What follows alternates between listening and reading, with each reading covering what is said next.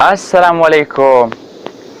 شیخ عبدالرحمن سودی صاحب د فلسطین او د مسجد اقصی په باره کې ډېره ښکلې او زبردسته دعا کړې. راځئ په دغه دعا کې ورسره موږ هم ځان شاملوو، ځکه چې موږ هم مسلمانان یو. په فلسطینیانو باندې ډېر غټ ظلم او زیاتی روان دی، نو راځئ په دغه دعا کې ورسره موږ هم ځان شاملوو. خو دا ویډیو به تاسو ډېره زیاته شیر کوئ، ځکه چې ټولو مسلمانانو ته دا ویډیو ورسي او په کمنټ کې به ورته ضرور آمین لیکئ.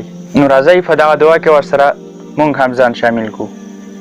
اللهم احفظ المسجد الأقصى، اللهم احفظ المسجد الأقصى، اللهم احفظ المسجد الأقصى من عدوان المعتدين ومكر الماكرين وكيد الكائدين. اللهم لا ترفع لأعدائك فيه راية ولا تحقق لهم فيه غاية، واجعلهم عبرة وآية.